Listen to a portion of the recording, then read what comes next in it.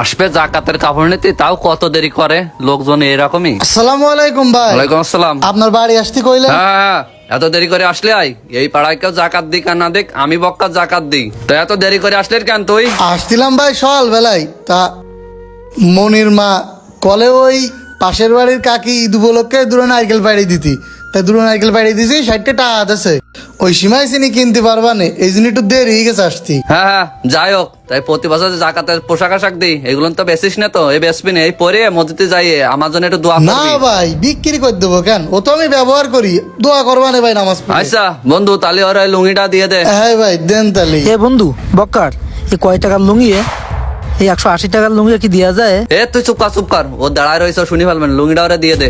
শোন, এই লুঙ্গির দাম 1050 টাকা, আমি বক্কার বলে 50 টাকা কম, কিন্তু না 50 টাকাটা ধরে দিতে চাচ্ছিলাম, যতই হোক জাকাতের জিনিস, যদি একটু সোয়াব বেশি হয়, এই জন্য 50 টাকা বেশি দিতে চাচ্ছিলাম। দামি লুঙ্গি, এত দামি লুঙ্গি দিয়ে কি করবো? আচ্ছা ভাই ঠিক আছে। বন্ধু, আজকে ইফতারিটা তুই আমার সাথে করবি, ঠিক আছে? আমি তো অফিস থেকে তাড়াতাড়ি চলে আসলাম, তোর আবার সময় দিতে হবে এর জন্য। দিশে নে বন্ধু, সমস্যা কি? বক্কর ভাই, ও বক্কর ভাই, করছি কি, আপনি কিছু মনে করেন না, এই লুঙ্গিটা আপনি একটু ফিরোয় নেন। কেন তুই জাকাতের জিনিস ফিরাই দিবি কেন? তুই কি করিবতে গেছিস? আমার কথাটা তো শুনবেন ভাই, আগের থেকে রাগ করতেছেন কেন? এটি ফিরোয় নিয়ে কলেন তো এটা 1050 টাকা দাম, আপনি আমারে 700-800 টাকা দেন, আর এই দিয়ে অন্য কারো দিয়ে দেন। বেয়াদব, তোর জাকাতের জিনিস দিছি, তুই জাকাতের জিনিস ফিরাই দিয়ে টাকা যাচ্ছিস, কত বড় বেয়াদব তুই একটা। ভাই রাগ করেন না, আপনারে কিনতে জাকাতের লুঙ্গি নিয়ে আমি যাচ্ছিলাম, আমাকে ওই শালম ভাই আছে না, ওর দোকান থেকে বাকি ঝুঁকিনি, এইবারে লুঙ্গিটা মেলা সুন্দর কালারের দেশে, ঈদিন নামাজ এ পড়বেন। নাই রে, দাঁড়া শুনে যা, কনে যাচ্ছিস? বুঝলাম না ডাকতিস কেন? ও ভাই কি হয়েছে? আমি যে তোর কাছে 500 টাকা পাই, আগের একটা ঈদ গেল আর একটা ঈদ চলে আসতে গেল, সে টাকা কই? কিছু বুঝতে পারতে চাও না?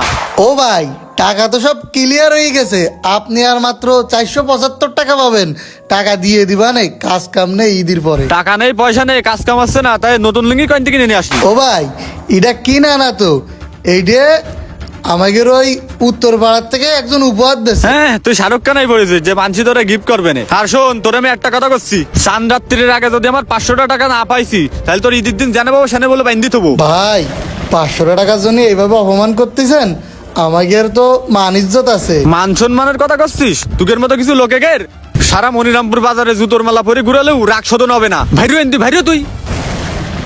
সব তো শুনলেন ভাই, এখন আপনি যদি এটি ফিরোই নিয়ে টাকা না দিতে পারেন, আপনি কোন দোকান থেকে কিনেছেন ওর ঠিকানাটা দিলে আমি লুঙ্গিটা ফিরোই দিয়ে টাকা নিয়ে আসতাম। ও জানো, আর প্রত্যেক বছর তুমি জাকাতের লুঙ্গি যাই ওই দোকানে বেচো, এ লুঙ্গি দে, বাইরে আগে বাইরে আনতে, বাইরে দূর আমার চোখের সামনে, তোর মুখ যেন আর না দেখি।